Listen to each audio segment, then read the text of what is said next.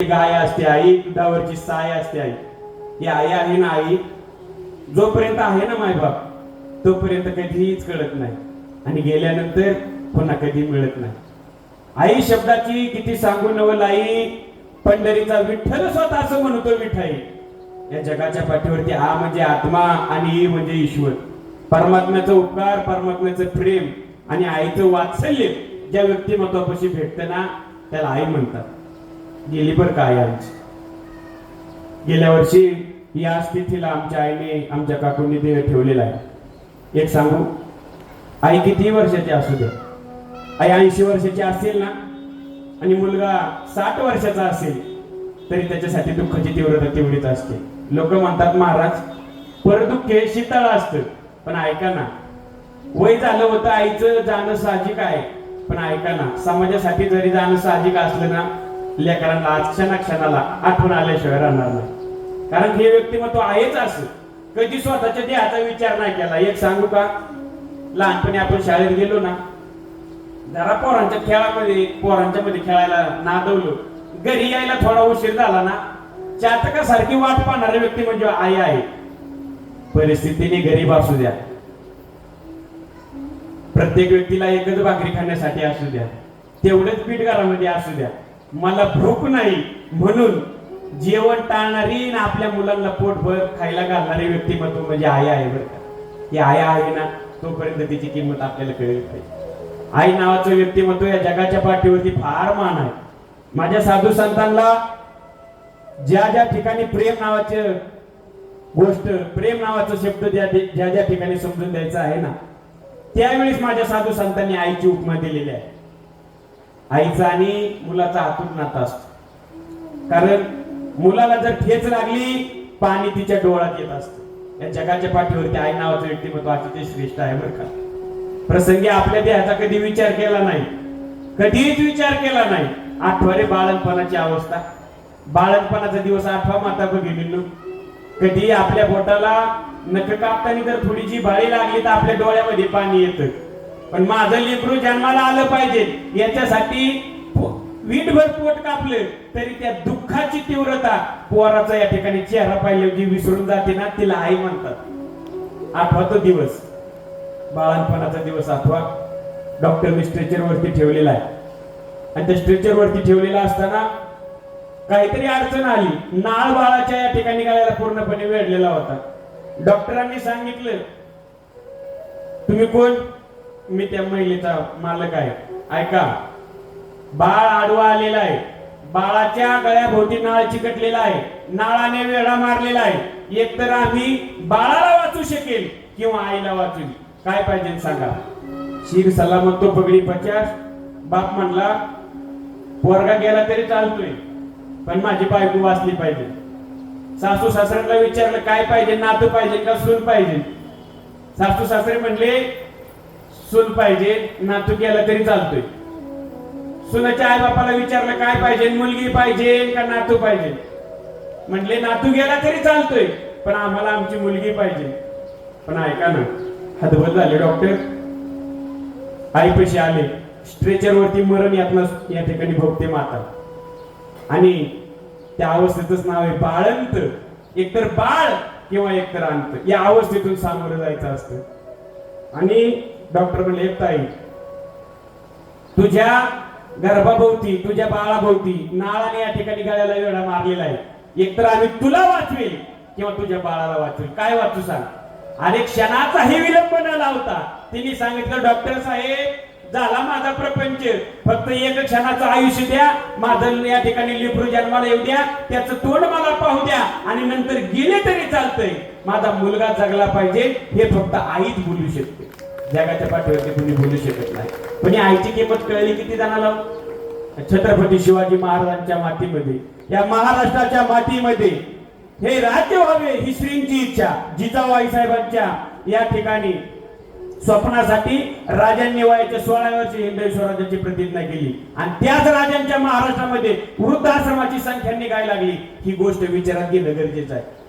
आणि म्हणून आई नावाचं व्यक्तिमत्व आहे ना तोपर्यंत त्याची किंमत कळली पाहिजे.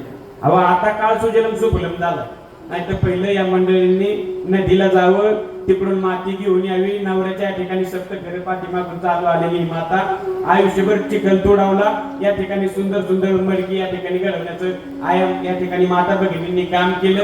आता काळ सुजलम सुफलम झालाय, जगायला लय नाही लागेल. अहो सहज ह्याची टोपी त्याला आणि त्याची टोपी त्याला घातली तरी उदरनिर्वाह होतोय.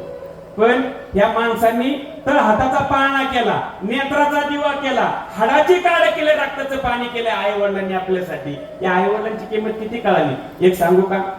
आपला वेळ झालेला आहे, पण एक सांगू का?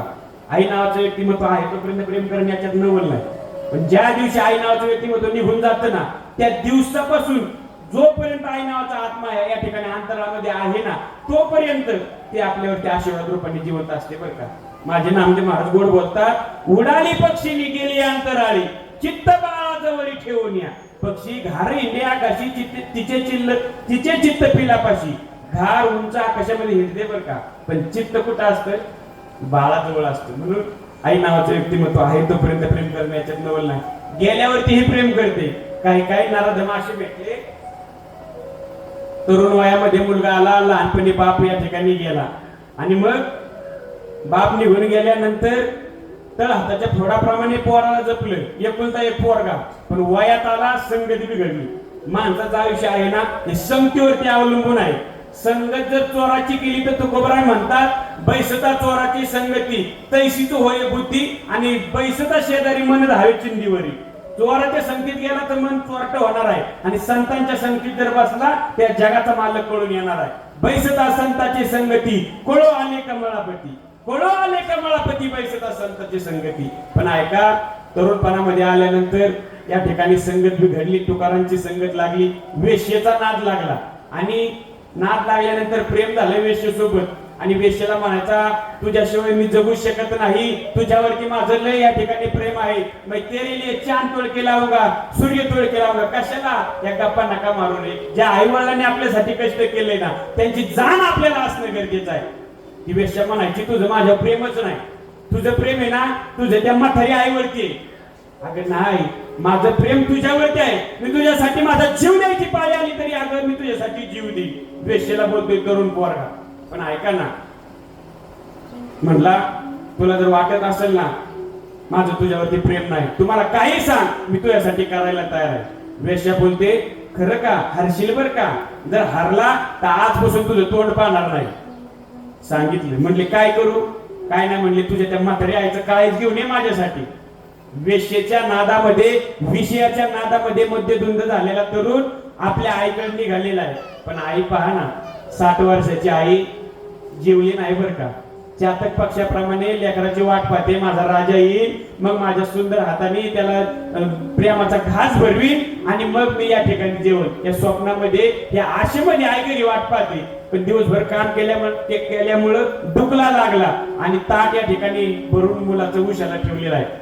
पोरगा आलेला आहे, डोळ्यासमोर वात्सल्य नाही बर का, डोळ्यासमोर आईने केलेला उपकार नाही बर का, डोळ्यासमोर आईची जाणीव नाही बर का, डोळ्यासमोर फक्त एकच गोष्ट, वेश्या, आणि त्या वेश्येने सांगितलेलं आईचं काळी. हातामध्ये चाकू घेऊन आला, धारदार शस्त्र घेऊन आला. आई झोपलेली पाहिली, आणि आईच्या छातीमध्ये चाकूने वार केला, तिचं काळीच घेऊन चालला. आणि कोणी पाहिल का, कोणी खवळेल का, कोणी मारेल का, या आशेने पळत होता. पळता पळता ठेच लागली, खाली पडला. त्या काळजातून आवाज आला, बाळा तुला लागलं तर नाही ना? गेल्यानंतर जी प्रेम करते तिला आई म्हणतात. माय बाप कितीतरी उदाहरण सांगून मला मातृत्व तुम्हाला सिद्ध करून देत आहे.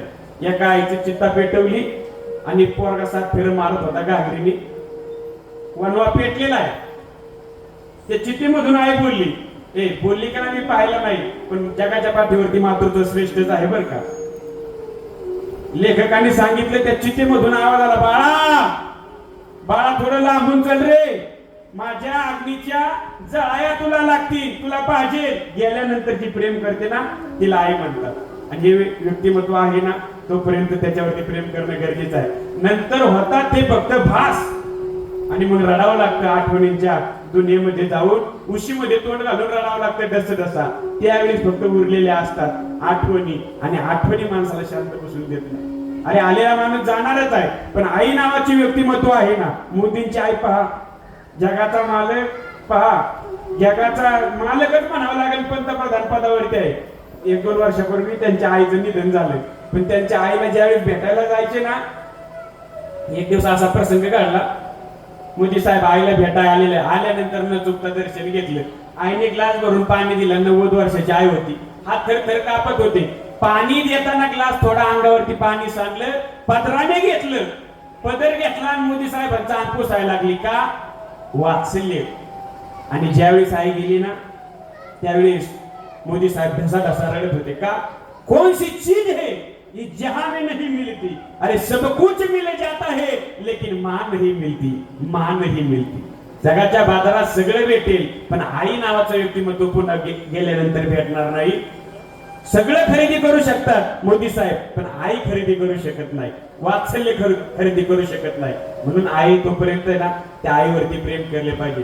आणि आई निघून गेली ना, फक्त आठवणी उरतात.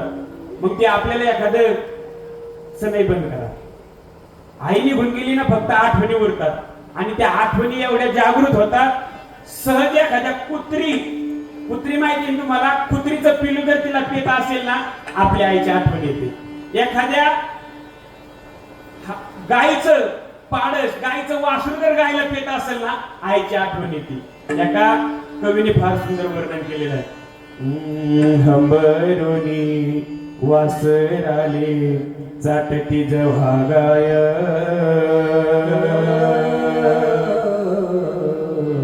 तव्हा मुले तिच्या मध्ये दिसते माझी माय, दिसते माझी माय. आया बाया सांगत होत्या होतो जेव्हा तान्हा, दुष्काळात मायाच्या पोटी आटला होता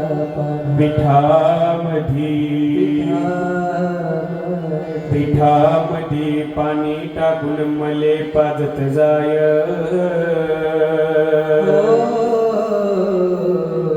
तेव्हा मले तिच्यामध्ये दिसते माझी माय हो, दिसते माझी माया,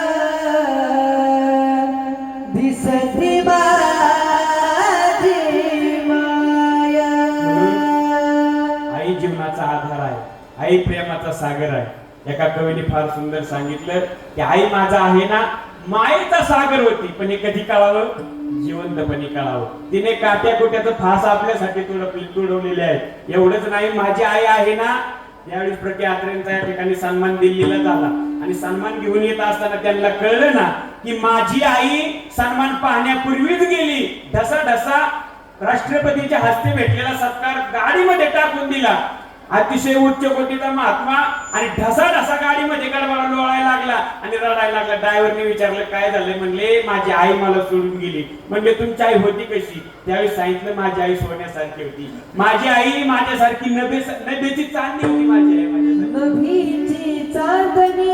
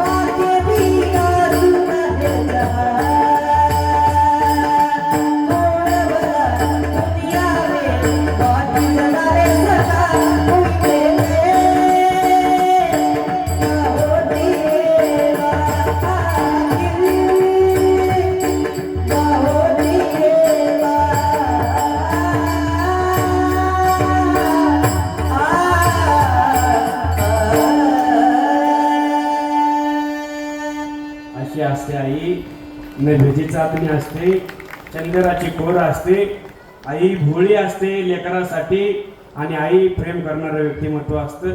जगाच्या पाठीवरती आईची जागा कोणी घेऊ शकत नाही. संदीप दादा आहे, संतोष दादा आहेत, आईच्या आशीर्वादाने जीवनामध्ये फार मोठे होतील बरं का. हे कौतुक पाहण्यासाठी आई नसणार, आणि म्हणून आईची उपकार जिवंतपणे आपल्याला असणं गरजेचं आहे. आणि आई नावाचं व्यक्तित्व या परिवारातून गेल्यामुळं